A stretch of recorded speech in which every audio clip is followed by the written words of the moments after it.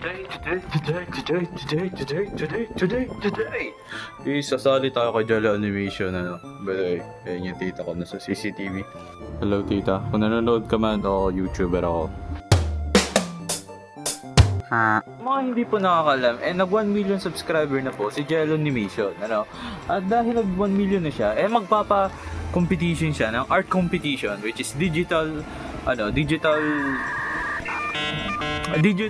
ano. At dahil, ayan, dahil nga nag 1 million subscriber na si Jello Animation, magpapa digital art competition siya, ano? At yung pinaka grand prize ng competition niya tablet.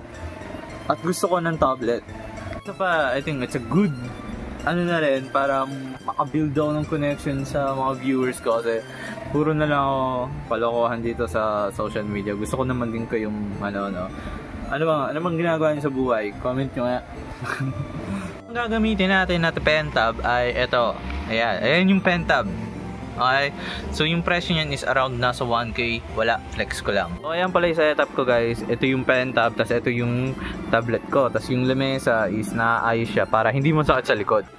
Ngayon tuturuan ko kayo is paano ba ang gagawin kong setup, ano bang team ang dapat nating i-drawing. May category kasi may teams kasi si Jello Animation na kung saan, kung magiging class officer ka, ano yun, ano, tapos mag-drawing tayo ng Jello Animation na character somehow na para siyang side character, or basta mag-drawing ka lang doon sa background, or basta nandun si Jello Animation, okay na yun.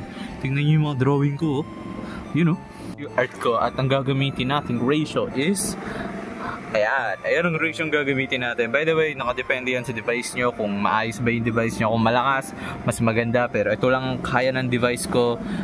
Yun, dahil nga comic style ang gagawin natin. Ayan, nagwa-warning na si Ibis Paint. Ano lang pala yung Ibis Paint ko, kaya free lahat, kasi ano lang siya, naka cheat code. Cheat code. Guys, sponsoran nyo naman ako guys. Hindi, joke lang. Tsaka pala lahat ng gagamitin ko ditong marker, ayan, lalagay ko na lang yung QR dyan. Ayan, Jeric, lagay mo. Ayan. Since comic style ang gagawin natin, hindi ako confident sa hindi ako confident sa art skill ko. So gagawin or idadaan natin siya sa humor. So ano ba ang ngayon? Ano ba ang sikat ngayon or uso ngayon? Syempre, uso ngayon mga ganyan, no? Mga ganyan, kilala niyo ba yan? So may tuturo din pala ako sa inyo na technique para hindi kayo mahirapan sa color theory, ano, para drawing na lang ay ng drawing. Tsaka tuturuan ko din kayo ng mga style ko or techniques na natutunan ko throughout these years, ano, kasi since 2020 nagdi-digital art na ako, pero since grade 6 is nagdo-drawing na ako. At ngayon is first year college na, guys. Yippee! Yippee! Pala yung mga drawing ko, ayan. Tapos ito din drawing ko yun sa mape. Ayan, tapos ito yung sketch ko sa mape. Tapos ayun yung yung final ko sa mape. 'Di ba? Mas maganda pa to yung sketch kaysa dun sa 'di ba? So tara na lang magkwento guys, since nagvo-vlog naman ako at ganito naman yung style ko na ginagawa ko dati tuwing may project ako sa school. Naalala ko subject ng TLE at ang teacher namin, ang apelido niya is Disangko, at nung nagpagawa siya ng parang documentary vlog about sa planting na ginagawa namin, kinain ko yung tinanim namin at ginawa akong cooking show. So mali ako nun. Then after naman nun is gumawa ako ng vlog about sa mga iba't ibang uri ng driver tuwing tatawid ako, no. At ang subject namin nito ay MIL, which is very very linked to the vlogging style na ginagawa ko, kasi naglabas lang talaga ako ng saloobin nun, kasi busit talaga ako sa mga driver na hindi alam kung ihinto ba sila o daragasa tuwing tatawid ka, Tapos yung mga generous na pag alam na tatawid ka, ihinto sila. Doon naman ako pinaka-grateful tuwing tatawid ako sa kalsada. So ayun, naglalabas lang ulit ako ng sama ng loob at nakakamiss lang balikan yung ganitong style. I think 2 o 3 beses ko siya ginawa na vlogging style na para akong nagpo-podcast, pero yun yung style ko talaga na pag tuwing mag-edit ako, may time lapse na nagdo-drawing ako at nagrarant ako sa mga video. Tulad ngayon. At madalas na natin itong gagawin kapag may art project tayo. May pagkwentuhan ka, may pagkwentuhan ikaw sa comment section. At yan lang naman, at pagpatuloy nyo lang yung panonood. Thank you! Ito nga pala yung yung sketch na nagawa ko, by the way. Medyo magulo pa pero i-clean up ko pa yan. And ito si Jello, tapos ito yung president, like, uy! Tapos sabi niya, ba't ako nakalista? Tapos sabi niya, you tell me! Then ayun, then mag-add na lang ako ng color and mag-render and some shit.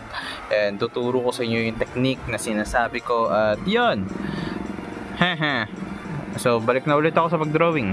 By the way, kung nanonood ka ngayon at tumabot ka sa video nito, kung may gusto kang itanong sa akin, magtanong ka lang. Kung may hindi ka naintindihan sa part ng video na to, magtanong ka lang din. Basta wag lang mga private information tulad ng tunay kong pangalan, or saan ako nakatira, or anong school ako na nanggagaling. Probably alam niyo na kung saan ako magka-college dahil sa mga vlog ko na nakaraan, binabanggit ko kung saan ako magka-college. At sana wag niyo akong puntaan. Feeling sikat Pero ayun na, anyway. Sana suportahan niyo pa rin ako sa mga pinagagawa ko sa buhay. Kahit alam kong minsan walang kwenta yung mga vlogs ko kasi sino ba naman ako, Sino ba naman ako para panoorin niyo? Naging sad boy na. Pero I'm so grateful na nakaabot tayo sa ganito, na tumataas yung viewers natin, mga 120 viewers. Masaya na ako basta may nanonood. Kahit ako, pinapanood ko sarili ko, masaya na ako. At yun, balik tayo sa tutorial guys, and maraming salamat ulit. I'm so grateful. Boom! Ayan na! Agad, tapos. Yan yung mga upload natin dun sa kay Jello. And by the way, tuturuan ko kayo paano maging ganyan, kasi tingnan nyo guys, may texture yan. So, tuturo ko sa inyo paano magawa yung ganyang effect.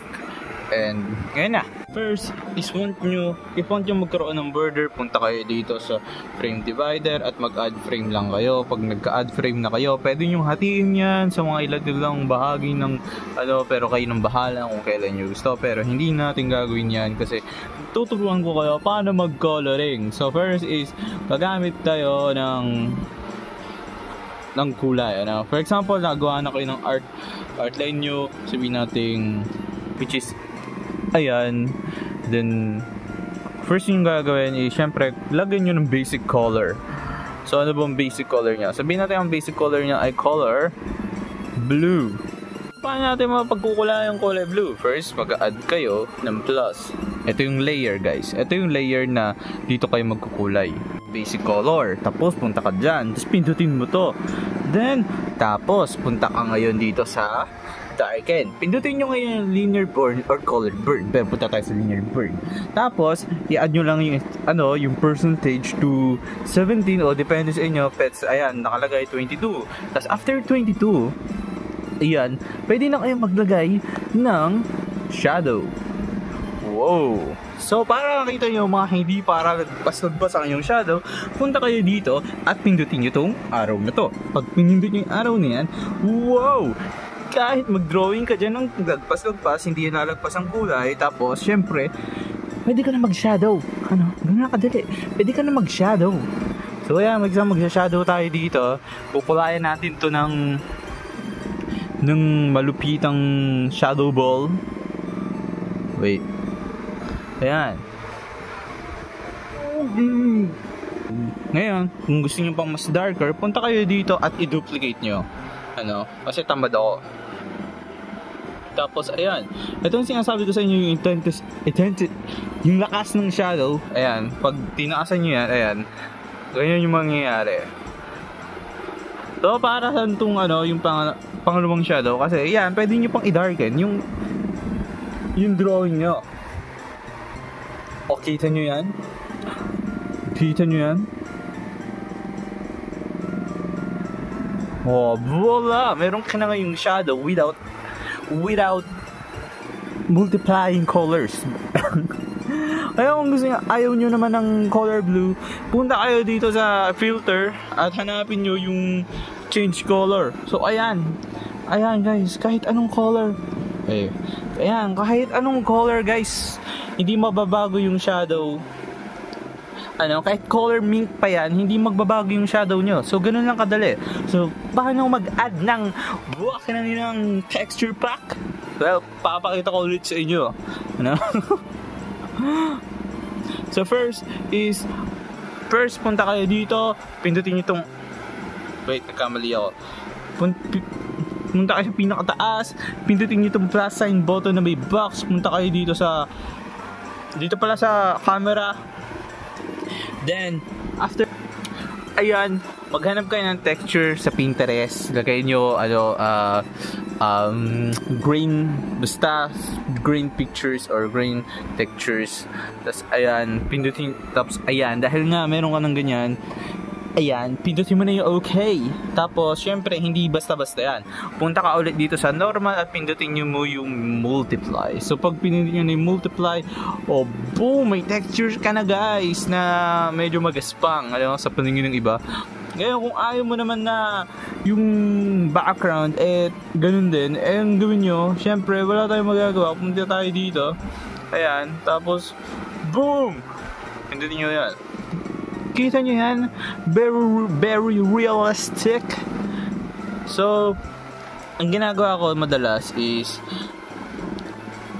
ang gagawin ko madalas para hindi na ako mag-add ng shadow, pabaliktad. From darken to lighten. So, mag-add muna ako ng pinaka-dark, tapos, wait lang guys. Hanggang ma-lighten ko na yung mga gusto ko i-lighten. Tapos, dun na ako masasatisfied. For example, ayan. Di ba? Hindi halata. Hindi halatang tamad kang artist, Kasi, kita mo yan? Kita mo yan? Yan yung ginawa ko sa drawing ko. At yan. Send natin kay Jello Animation. Ayun. Hindi ko na masyado ipapakita pero Jared, ayan yung arts. Hindi ko na masyadong papakita sa iyo kung anong nilagay ko doon kasi it contain private information guys. Nakalagay yung private information ko doon sa drawing ko. Sa Gmail na pinadala ko. At yun, salamat sa mga nanood. Kung nagustuhan mo yung ganitong video, ayan, tulad nga ng sabi ko, mag-subscribe na kayo at mag-like. At baka gumawa tayo ng content about arts. Kung interesado kayo, mag-comment lang kayo kung anong art yung naguluhan kayo or art na gusto nyo matutunan about sa akin. I-share ko yun sa inyo at baka gumawa din tayo ng art content to the future. Pero ayun, bye bye and subscribe. Sheesh.